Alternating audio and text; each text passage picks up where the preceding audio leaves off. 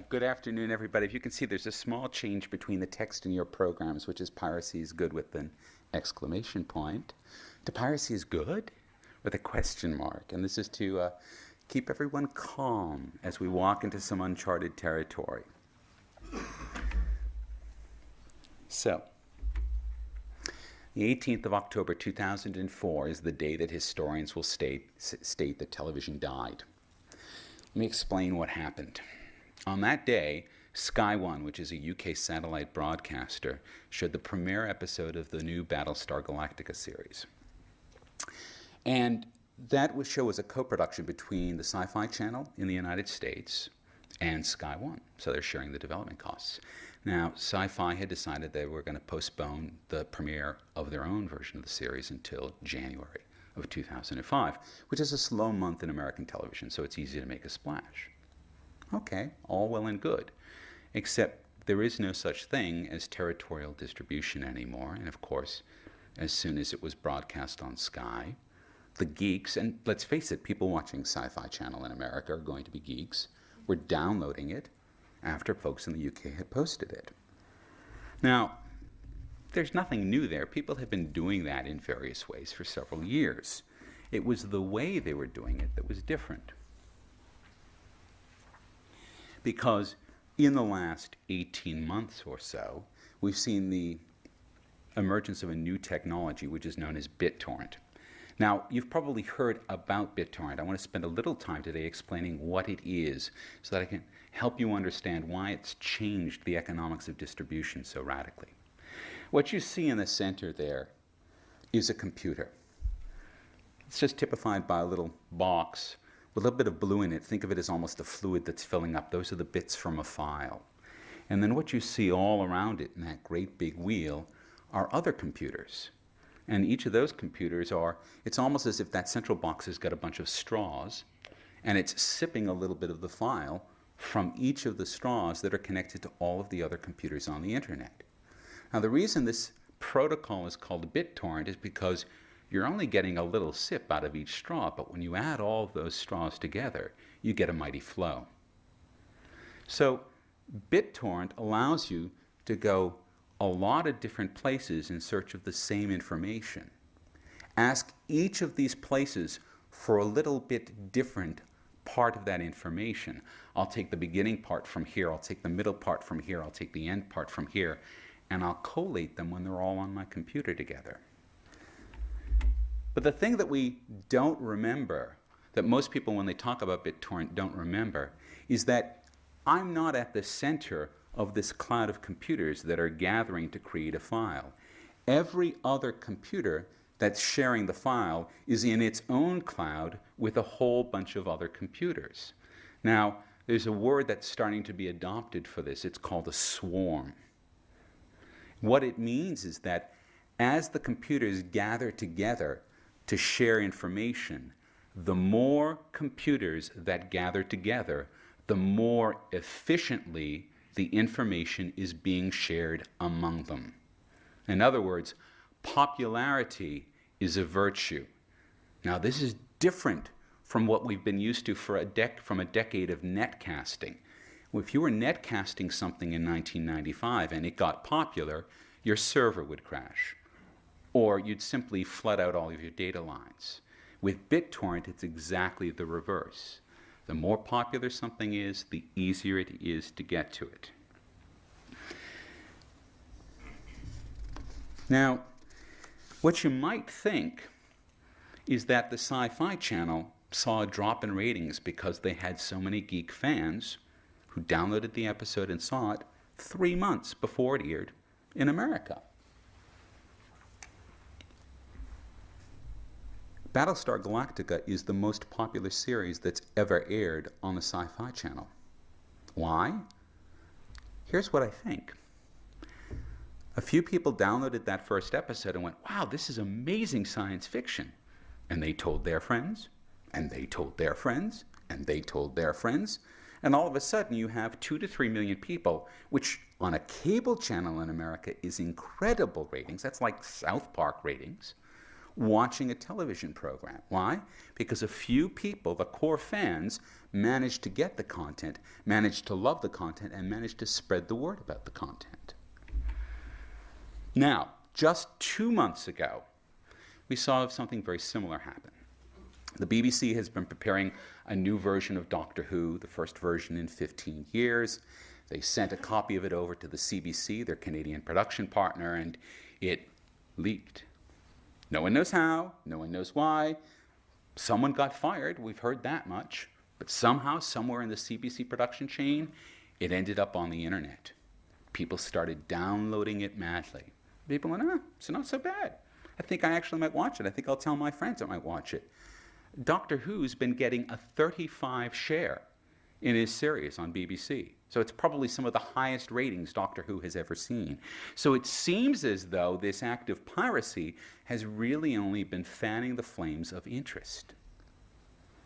Now, we have to recognize that audiences are technically savvy, and they're growing more savvy. Young audiences are very savvy. They get what they want. And the thing that we've taught them from 50 years of television, from 10 years of the web, is that they want it now. That's what we've actually taught them by having a box that you turn on and sit down and enjoy. We've taught them that on-demand entertainment is an immediate reality, that it is the logic, it is the narrative of the box itself, separate from any programming.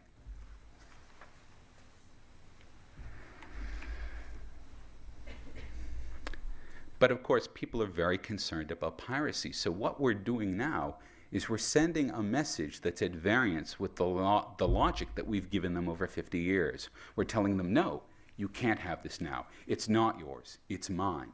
And so audiences are understandably confused, because really what they're doing in this act of piracy is they're reacting naturally to their own enjoyment and pleasure of the experience of the program. But the programmers are saying, but no, you can't do this. We own this. You can't see it until we tell you and unless we tell you. And this is, in a sense, the core of the problem, is that there's a disconnect between the audience and the producer. And of course, this is natural, because piracy has presented us with a basic economic problem. How do you make money off of something that viewers are getting for free? How do you make money if you've lost control of the distribution channel? Because the way it worked before is there's a producer, there's a distributor, there's a broadcaster, there's an advertiser. Money flows from the advertiser back up through that chain, and if you're lucky, some of it ends up with the producer. And that's kept television production going for 50 years. But of course now we've sort of broken that chain, because the advertiser who's looking for viewers to see their ads doesn't have an audience if the audience has just gone and grabbed the program directly. So the economic value chain has fallen apart in the face of piracy.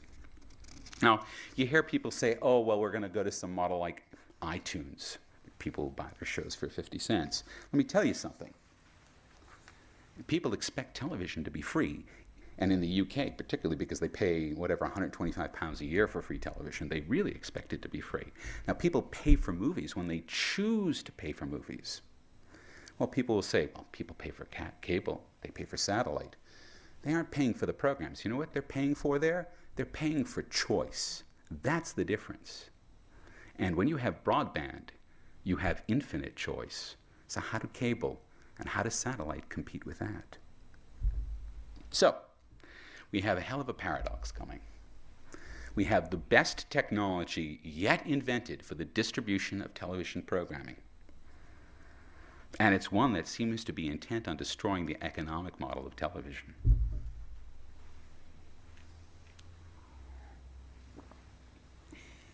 Now, if BitTorrent had been invented, say, in 1992 rather than in 2002, we would have come across this problem a decade ago. And it seems that BitTorrent is actually producing an upsurge in the adoption of broadband, that it is in some sense the killer app for broadband adoption, that all of a sudden there's a reason to have broadband. But we have this fundamental disconnect between producer and audience in the economic value chain, and unless we can actually fix that problem, things are going to fall apart. Now, what I want to do in this talk is present a possible value chain that solves these problems, that in fact, rather than being afraid of piracy, says, we can harness piracy. That piracy, because it really represents the viewer's desire to get to the programming, is a force that we can harness for economic gain. But before we do that, let's take a look at the current economic model for television in Australia, because it's illuminating and it will show you the kinds of forces that are coming to bear to change the landscape of television.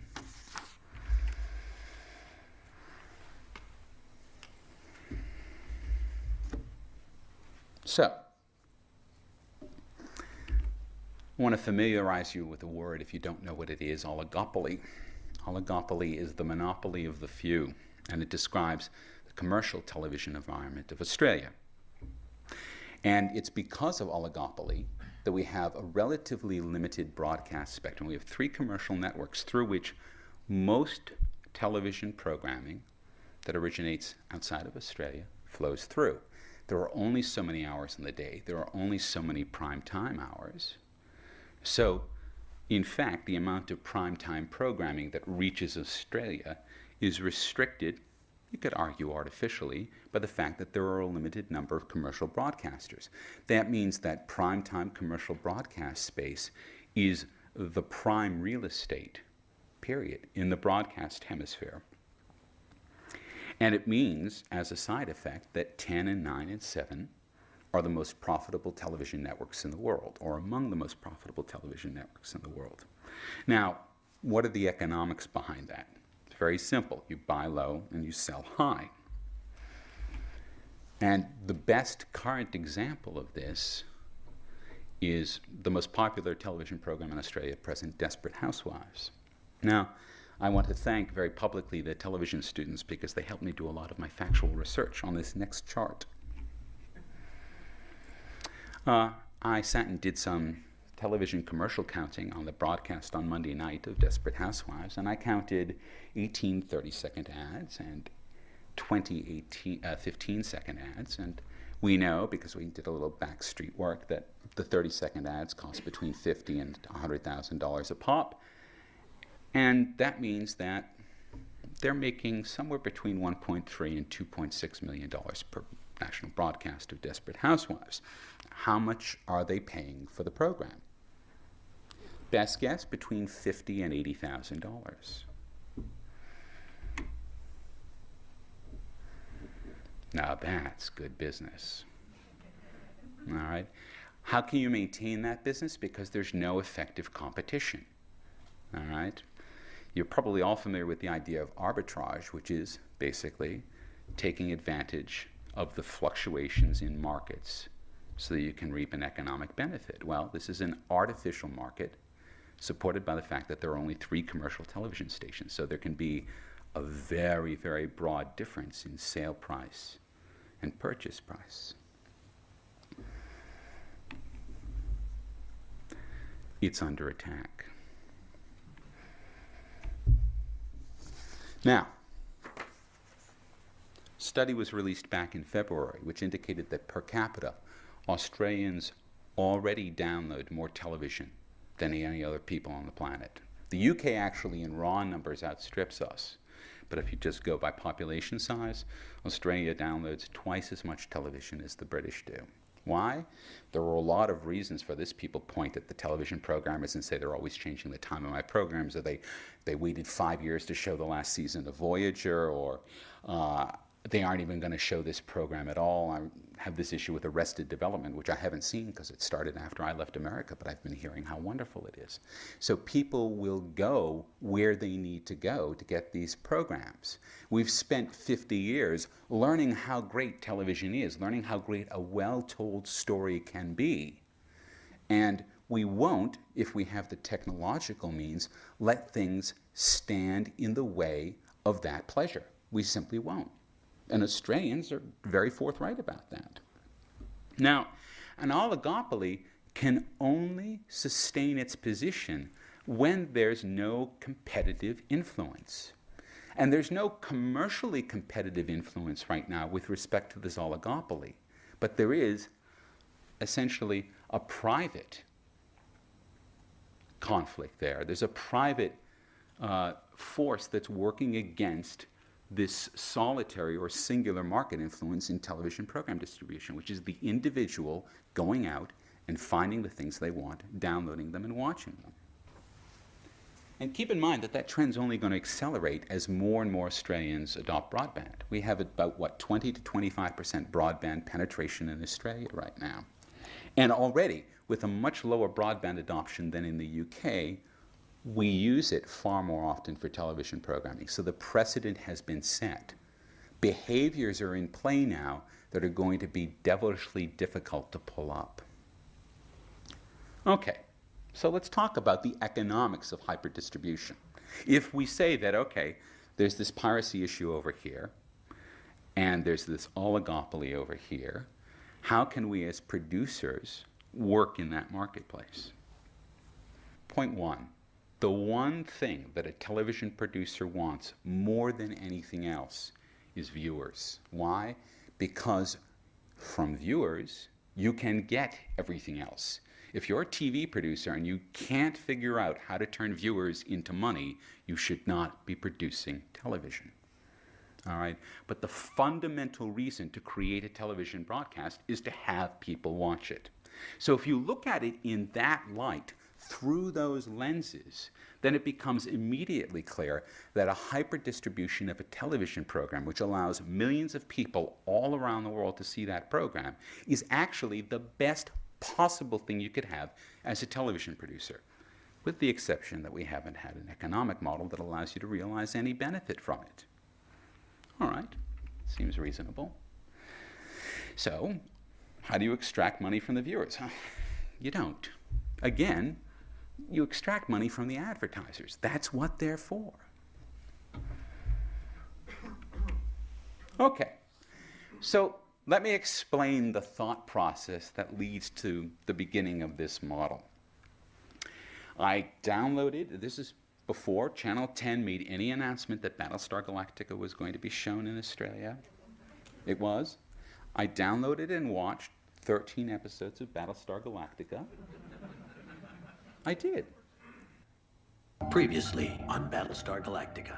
No, it's only your machine. And the robot. I'm sitting and watching it, and there's 13 hours that I'm watching, and this is the very beginning of the very first episode, and as you can see in the upper left-hand side of the screen, there's something that we're all familiar with, although we don't tend to notice it very consciously. It's a bug. And that bug is telling me the provenance of this program, that this program came from Sky One. Okay, great. And I'm watching 1 hour and another hour and another hour and another hour. And by the time I'm at about hour 7 and I've been staring at that bug quietly, subconsciously for 7 hours, the penny drops. And I realize that I am looking at the most valuable piece of real estate in the human universe. All right? And I'm also looking at the most underutilized piece of real estate in the human universe. It would be like someone taking the point of land that the Sydney Opera House is on and using it for a train depot.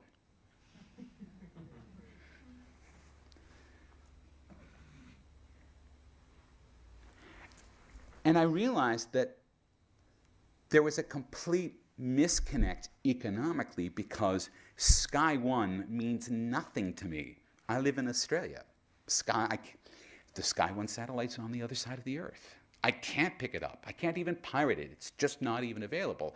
So that payload that is meaningful if you live in the UK is meaningless if you live in Australia. So that's when I started to get thinking, wait a minute, what if that payload carried an advertisement? What would that look like? Well, it might look like this. News of the fashion show spread quickly on Wisteria Lane. Though the event was for charity, Gabrielle soon discovered when It's it simple. came to the latest fashions, It's subtle. women are seldom charitable. It's not doing a whole lot, but of No course, one knew this better the first than thing it needs to do is Kate simply reinforce the brand of Australia's. Is it Australia's largest She retailer? I think understood it may that be. treachery never goes out of style. Now, can we turn that down just a little bit? Thank you. I just did this as a simple test to see if it would work, and of course it works fine. It's completely clear. I predict that as this model unfolds, as what I'm telling you becomes more commonplace, there is going to be an explosion of broadcast design in the bug. All right? Because everyone's going to be fighting a subtle war between producing a bug that gets a lot of information across and a bug that the viewer finds obnoxious. And there's a real balance point that's going to be located there. My bug is quiet because I only barely use After Effects. I really just have started. Otherwise, I'd have it flipping and doing things, and singing and dancing. But right now, it's just telling you that it's Meyer. Vaguely. Okay. No, Thank you. Tell that son of a bitch Tanaka that if he doesn't call me in an hour, I'm gonna go down to his office, find him, and kick his ass. Ladies. Trouble at work? Now, I thought I was onto something. I thought, this is a unique idea I've come up with. I've got to tell the world. My God, it's amazing. And then I turned on the footy on Friday night, and let me show you what I saw. We've seen no semblance of that tonight. Here's a good run by Watmo. Turning on the retro rockets, he'll go there. And Watmo, who has not stopped slaving, gets a try for Manly to put them on the board. Yeah, if anyone deserves a try tonight for the side that is going to get beaten, it is Anthony Watmo. He's really troubled the opposition on the rare occasions when they've had some ball control. He's a bit of a pocket rocket, and he runs a great angle. I will here. go into the instant replay. If he frees it there, you can see that he's going Oh to my get God. between that gap. 9's already there. Imagine my surprise. This play continues. It's not a straight run, it's the angled run. So the networks are already hip to this, and you know what that means? The advertisers are already hip to this. They're ready for this model. So here's the thing. This is going to happen anyway. This is going to happen whether or not you start downloading TV, because the 30-second ad is over. It's getting too easy for the consumer to edit out, to skip over, to ignore the interruption. Now, we can make an interesting argument about whether everything will be interactive so that you have to sit through the ads, but I really do think that at some level the viewer is going to have a limited acceptance of this, and Gary indicated as much.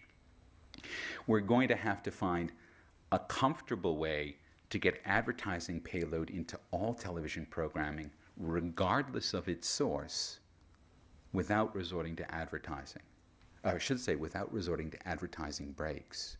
Because the viewer's expectation now is for a continuous experience, and then another continuous experience, and then another continuous experience.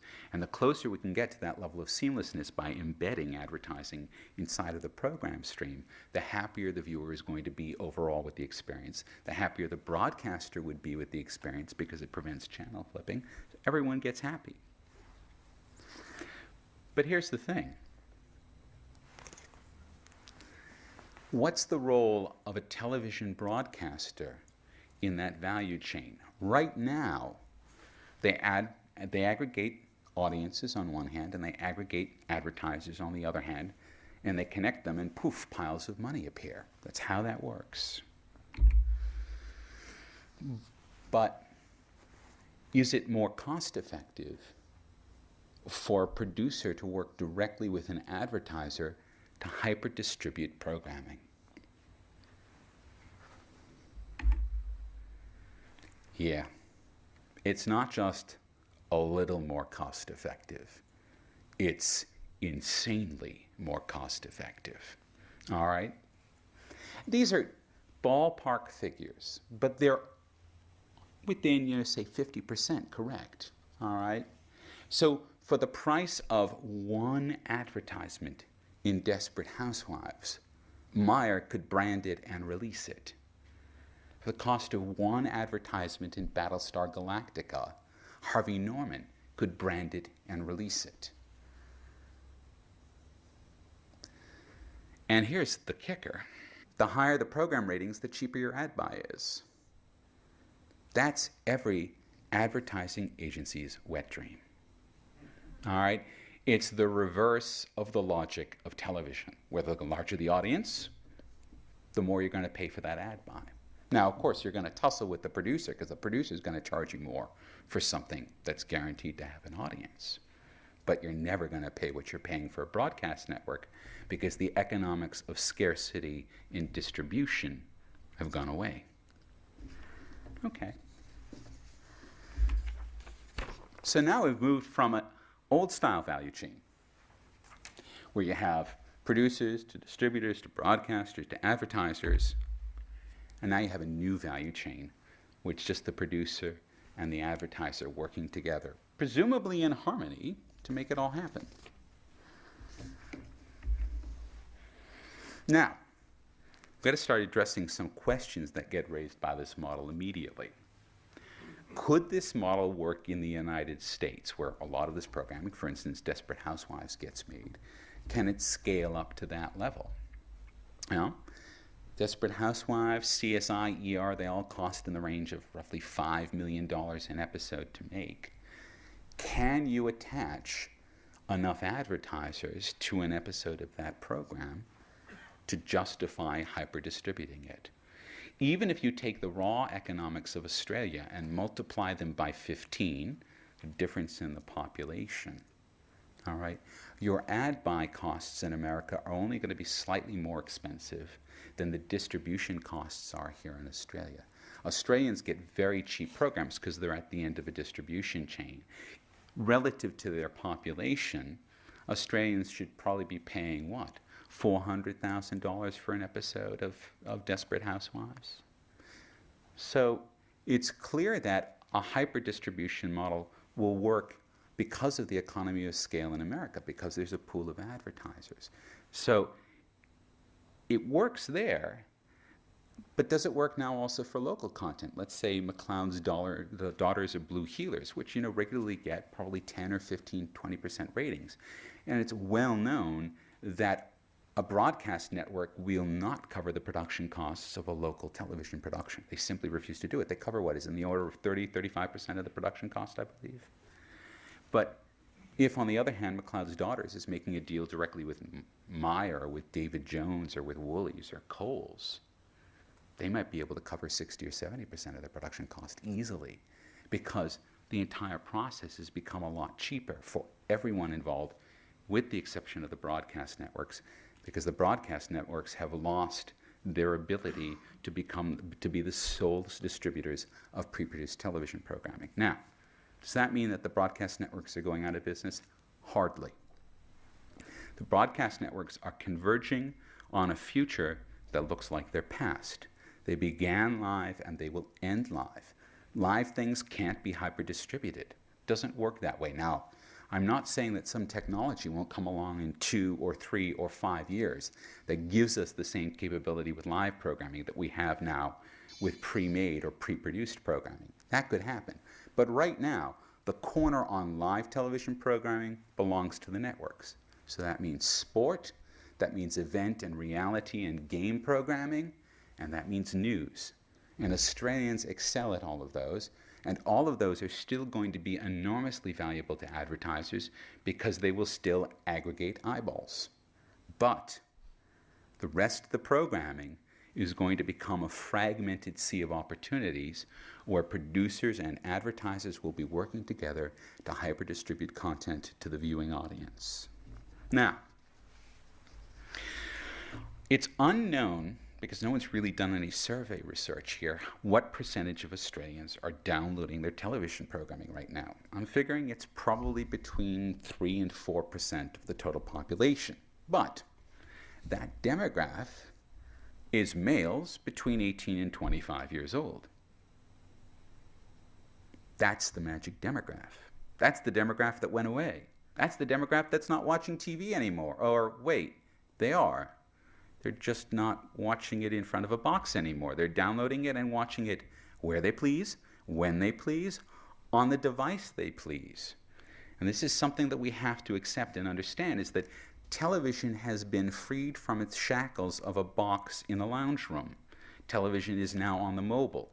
Television is now in your hand with a PlayStation Portable. Television is on your laptop. Television is on your desktop. Television is popping up in more and more and more different places. And if you're a smart producer, you're going to want to capitalize on the fact that those moments are showing up all over the place and that the target demographics you're looking for are constantly using those devices, constantly having those devices with them.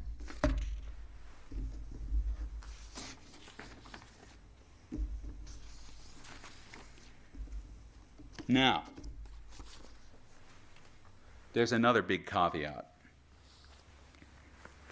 Only maybe 20-25% of Australians have broadband right now. In 5 years, that'll be a different story, but I really am talking about today. I'm not trying to tell you that there's some magical future where this is going to happen. I'm going to tell you that there's a real model now.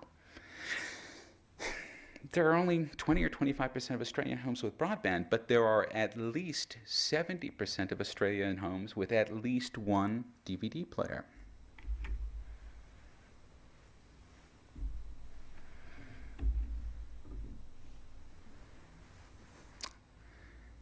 This is going to sound ridiculous. That's what I like about it. If you bought the rights to Desperate Housewives, 4 hours of it anyway, printed up 5 million DVDs, and then mailed them to 5 million households in Australia, you'd be paying exactly the same for your advertising as you would if you went to 7.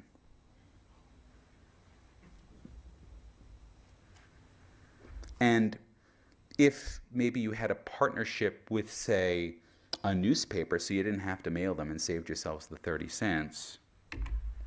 And oh wait, we already distribute DVDs with newspapers, that's right. Well, then you've made it even cheaper. So you could do TV by mail, not just TV by wire, and TV by newspaper. And with the cross-ownership laws about to change, as clearly they are about to do, you're going to start seeing newspapers using TV as a way to promote themselves. This is going to happen. There are a lot of ways of getting television programming into the hands of the audience once that television programming has been freed from the idea that it has to go over the air.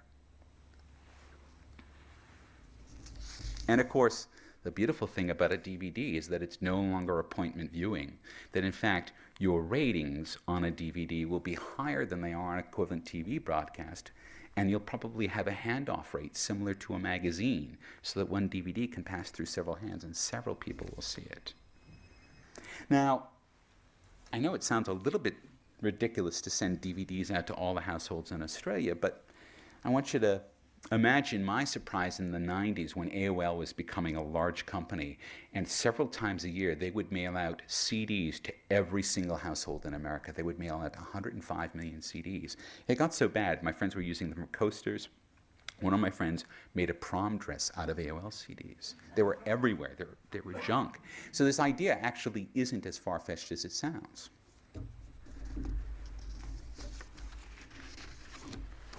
Now, that's all good, and I'm sure you're thinking of some problems with this argument, and I need to take them on as best I can right now. The first argument is the inertia argument. It's ever been thus, it will ever be thus. But here's the thing. Because of BitTorrent, and a BitTorrent, it's a bit like the atom bomb. You can't uninvent it, all right?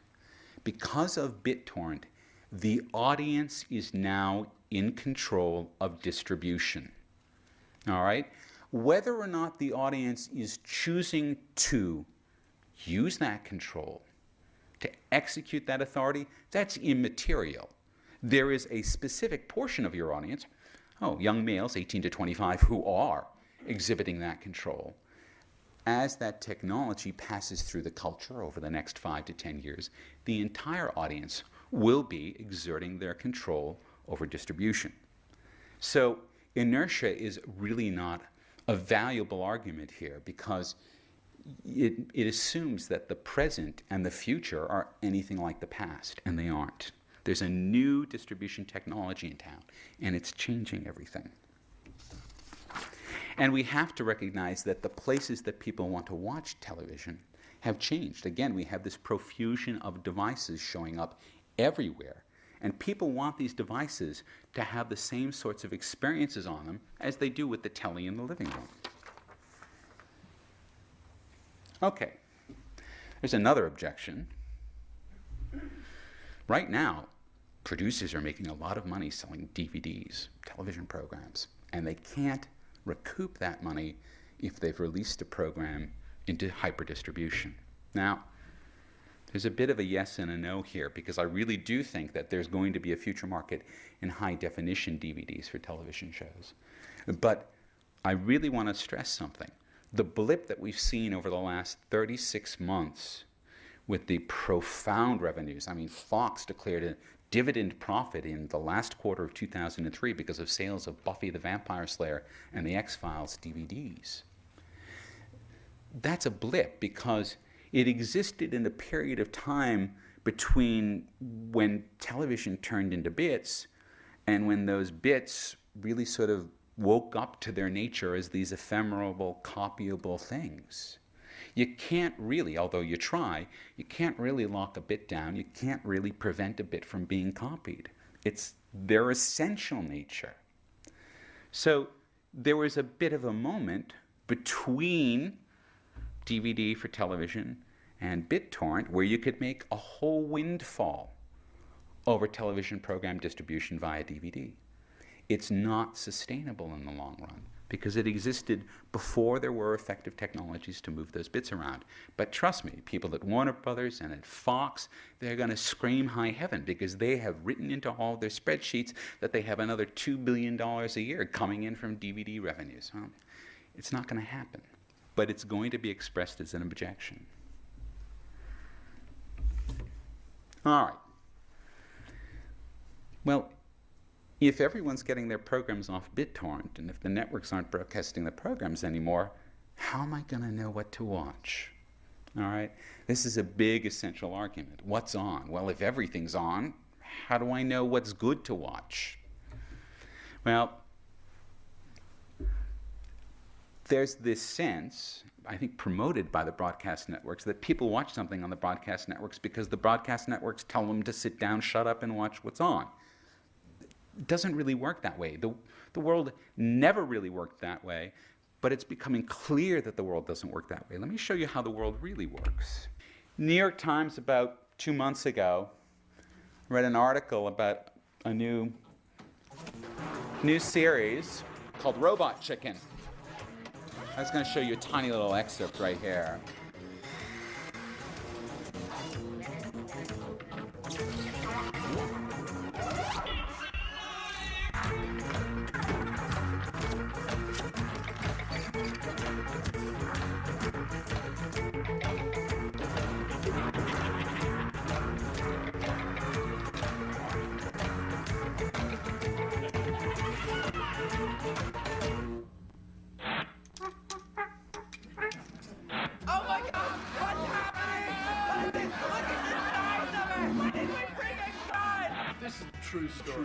Of 7 strangers To live in house. And have their lives taped. Find out what happens when people stop being polite And start getting real. The real world. Metropolis. So I read this article and I forwarded it to one of my friends. And like a week later, he presents it to me. I downloaded this. I think you're really going to like it. And I watched the first episode, and it was amazing. And now there's this little cloud of freak Australians who are just sort of all keeping up on Robot Chicken.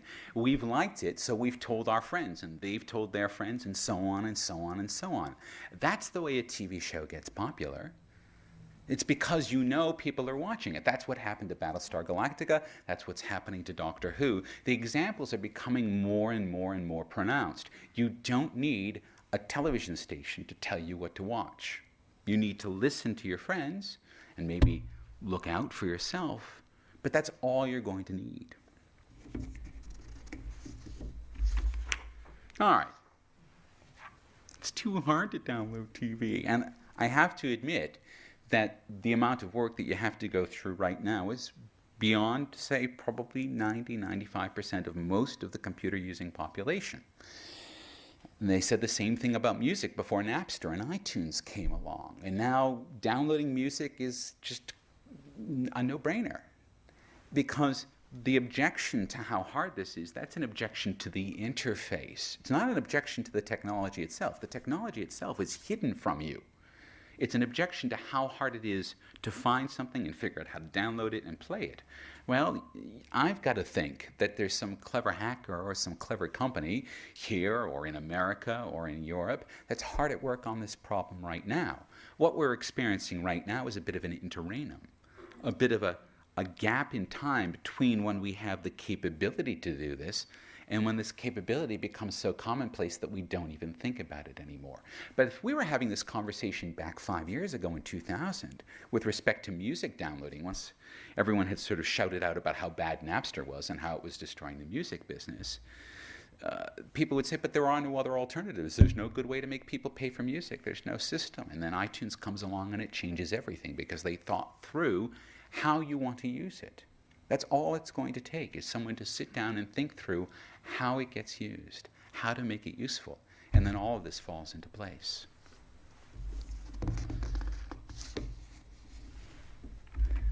Now, first question we have to ask is who's going to be the tall poppy here? It might be one of you folks in the room. It's going to be an aggressive young producer who has a property that cannot be picked up by distribution for some reason or another. All right, or will not. It's too short, it's too weird, it's too sexy. Who knows what it is? All right, but he can't just run off to 10, 7, or 9. Okay, so what's he going to do? He's going to go find a hip advertiser. He's going to go find a Nike. He's going to go find a BMW. And let me tell you, just this week, great big article in the New York Times. Sony is now paying Heavy.com, web content house, to provide free video downloads for their PlayStation Portable, so that people can watch video on their PlayStation's Portable. All right? It's already happening. It's already happening. I'm not talking in the future tense. Okay?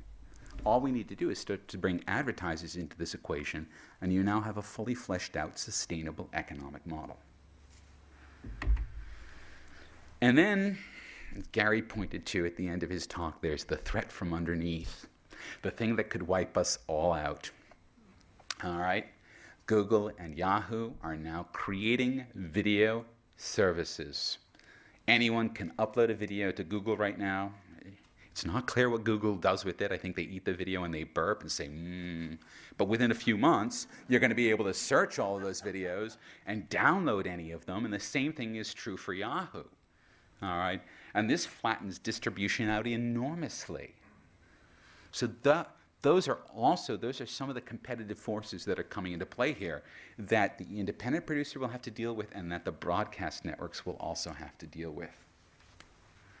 Okay, so let's bring this back. What are some concrete things that we have to keep in mind when we're dealing in this environment where we've accepted that hyperdistribution is not an enemy to be fought, but a force of nature to be harnessed? Well, let's break it down. Create content that's valuable globally. It is important to have Australian stories and Australian voices, and I'm sorry I don't have an Australian voice as I'm saying this. It is important for that to be the case. Obviously important.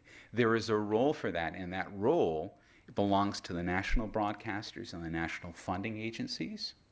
But if you're creating content that you want to hyper-distribute among the, say, 420 million English-speaking people in the world, and that's an enormous marketplace, then you have to consider writing for them, telling stories for them.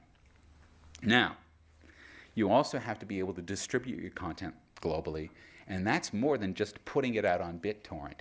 You have to establish advertiser relationships in every territory that your work's going to be used in, because you want to make sure that all of your work is carrying advertising payload that's appropriate to the territory it's in. We're back to this entire discussion of Sky One versus meaning nothing to me. All right? You want to make sure that you're doing distribution, hyper-distribution, in each territory. And there are techniques that allow you to do this. They'll allow you to make sure that a user in America gets American branding, and a user in Australia gets Australian branding. There are techniques that will work for this, but you have to establish those relationships. Now, That fell to the distributor before. So some more work is being placed on the producer. On the other hand, you're also, as a producer, getting more money for your work, so you should be able to support that. Rule 2, shorter is better and funnier is better. There are more and more and more moments for television viewing on more and more different kinds of devices. But those moments are spread throughout the day. It's not just sitting down and watching 3 hours of telly at night. So let me give you an example of what I'm talking about. This is another segment from Robot Chicken, but if you'll notice, I've carefully added some branding to it. This is what I think the future of television looks like.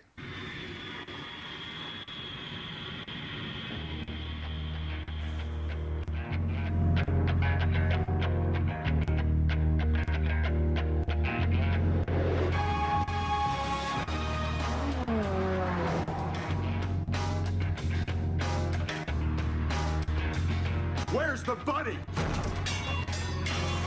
Wiggle your big toe. Great. I am Jesus, you know.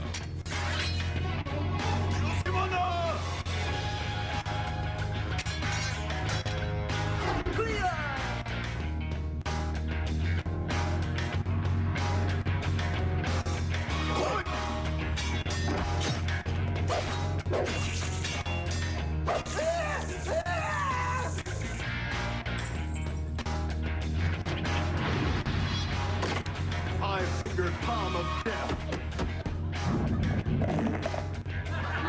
Try that again.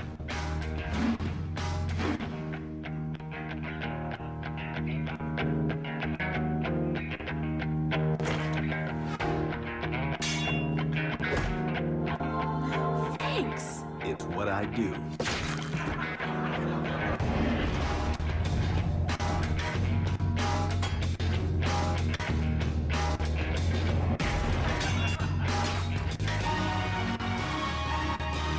You didn't think it would be that easy, did you? For a second there, yeah, I kinda did.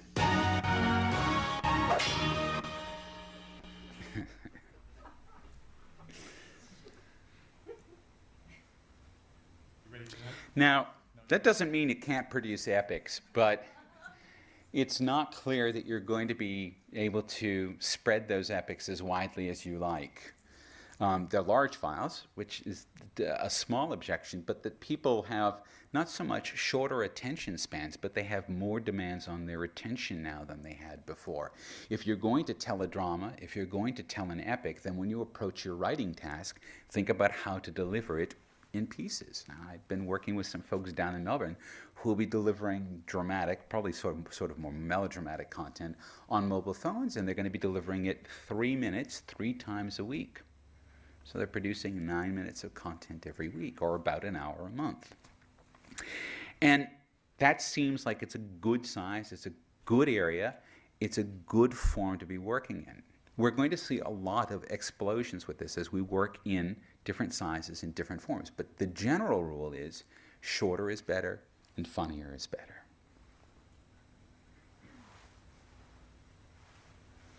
Rule 3. When you walk out of here, the world will look pretty much the same as it did before. But it's already going on. It's already happening. There are erosive and transformative forces in the world of television. The erosive forces are that audiences are leaving the broadcast model for a model of hyperdistribution. The transformative model is that because of hyperdistribution, any individual is potentially now a global distributor of content. But it's going to take 5 years. It's going to take a lot more broadband deployment. It's going to take a lot more successful relationships between advertisers and producers. But before this year is out, I'll go down on record saying this, before this year is out, we will see a successful hyper-distributed television program. It might be short form, it'll carry branding with it, and hundreds of millions of people will see it. Rule 4. Do it or die. This is the future of television production. It's not the only future. There's a future for broadcast television, but broadcast television is going to be geared around things that require a continuous presence in front of a box. Interactive TV is an important part of that. Interactive TV is a reason to be with the box live. It's a reason not to change the channel. Sport television, news television. There's a domain that broadcasting will own, but it's not the entire domain, which is what they've got now. So if you're going to continue to work as a television producer, you're going to have to adapt your production practices, and you're going to have to adapt your distribution strategies to meet where the market is going, where the audience is already taking you because the audience is in control of distribution. Now, there's a good thing here. Australians know how to make inexpensive, high-quality television. Americans do not know how to make inexpensive, high-quality television. So if you're working with an advertiser, and there are two products, and they're both great products, but one is half the price of the other, which, as the advertiser, as the person who's paying for it, which one are you going to use? All right. So Australia has been a crucible for a generation of television production, which, if we can get behind it, will actually be able to lead the world. And there's the simple point. Now that piracy is good, now that we see it not as an economic evil, but as a force to be harnessed, there are fortunes to be made. Thank you.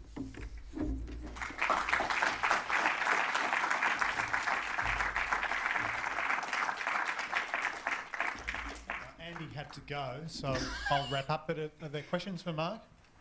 It's a very thought-provoking presentation, Mark. I mean, I was going to ask you whether you think... I've been kind of mulling over this one. I was thinking, do you think that if you know there weren't any legal kind of barriers to this, could the networks wrap into their deal, their contract that they signed, that they also hyper-distribute as well as broadcast? If they were smart, they would. I would think that the answer is yes, but I also think that the networks would see this as a competitive threat, because if you're hyper-distributing programming, you're taking eyeballs away from the broadcast. And I'm not sure that they may be, I mean, my feeling is, my attitude is, all eyeballs are good eyeballs if they're looking at what you've branded. But they may be thinking that they'll be dividing the attention of their audience. I mean, it's the same argument that they tend to make with respect to multi-channeling too, right? So if we multi-channel, we'll take the audience away from the main channel. They're seeing these things as being a unity rather than a multiplicity. The future of television is all about multiplicities. Now, even if the broadcasters take their current programs and hyper-distribute them, nothing is going to stop the tidal wave of other programs that are going to be hyper-distributed. And that's the thing that no one, it's the elephant in this room. No one wants to talk about it. But once you've completely flattened distribution, once there are no barriers to distribution, that's it. Everything is on an equal footing. And then the only thing that matters then is quality. And quality spreads, quality gets adopted because someone sees something and tells someone who tells someone who tells someone. Do you mind just passing that across to Bruce? Mark, the argument that the end of the distributor, the broadcaster distributor, for that kind of programming is pretty persuasive. But what stops an advertiser arranging with a producer to not just bug a program, but essentially to insert 30-second ads all the way through it, or any other kind of addition to it? That's my first question. No. But nothing except that the audience will edit it out. That's already happening. In other words, it's the audience. The audience is in control of distribution. That's everything. It's not just how it gets from point A to point B. It's how your program looks when it gets to point B. Don't you think that I mean, this already happens online. Salon.com now makes you watch a 30-second ad. You can either pay for content on Salon, or you can watch a 30-second ad and get a day pass. Right. I think most people would watch the 30-second ad. I certainly do when I read Salon. Sure. So why not that? I mean, why wouldn't that be the model?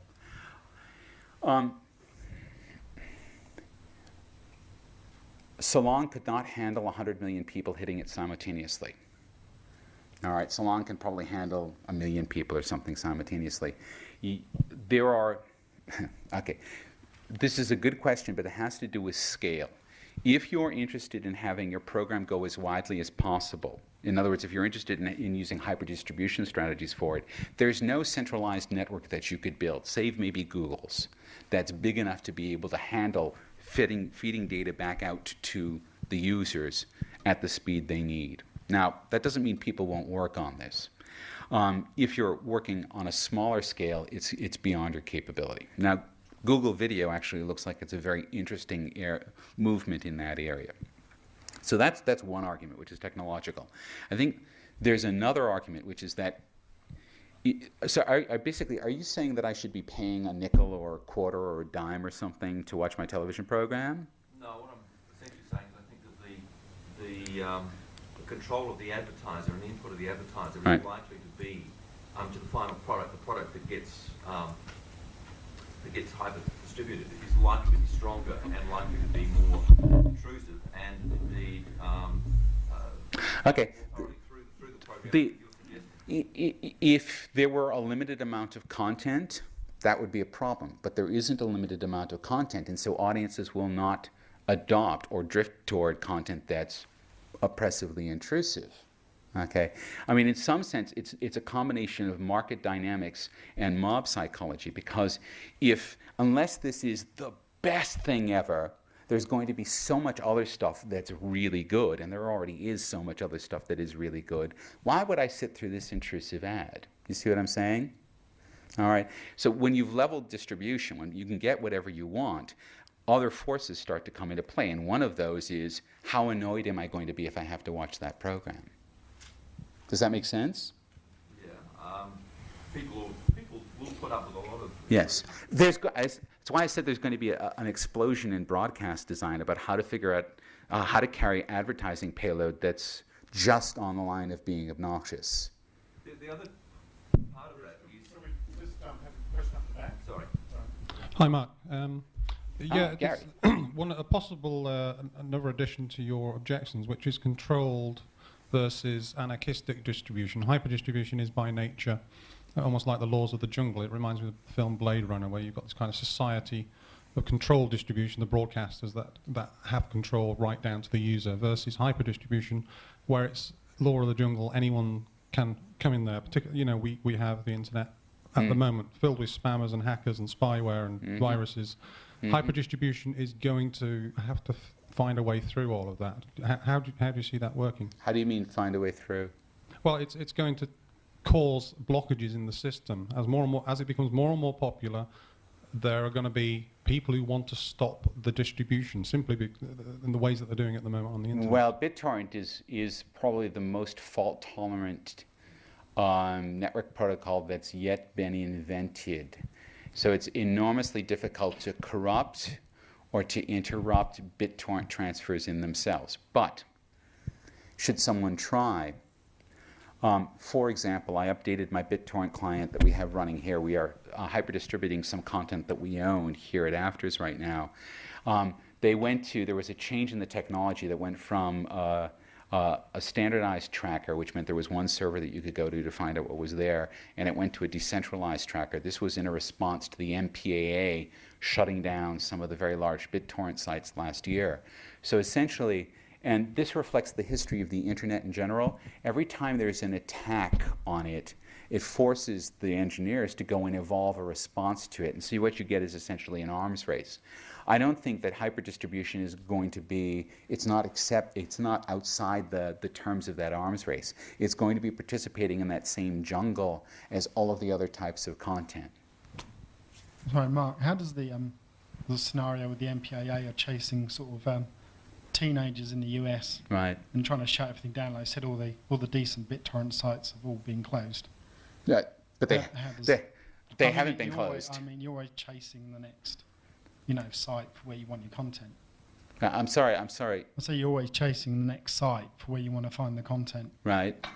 So how does that, when you've got the organisations like the MPAA who are trying to shut all these Right, but they're shutting it down because, I mean, again, they're shutting it down because these are violations of copyright, whereas what I'm saying is that there's a partnership between advertiser and producer, and then there's no violation at all, and the MPAA is going to be really happy because there are non-infringing uses of the technology, which, although they've been told time and time again that Linux people use it to download the software distributions and blah, blah, they haven't really seen it being used for any non-infringing purpose so far.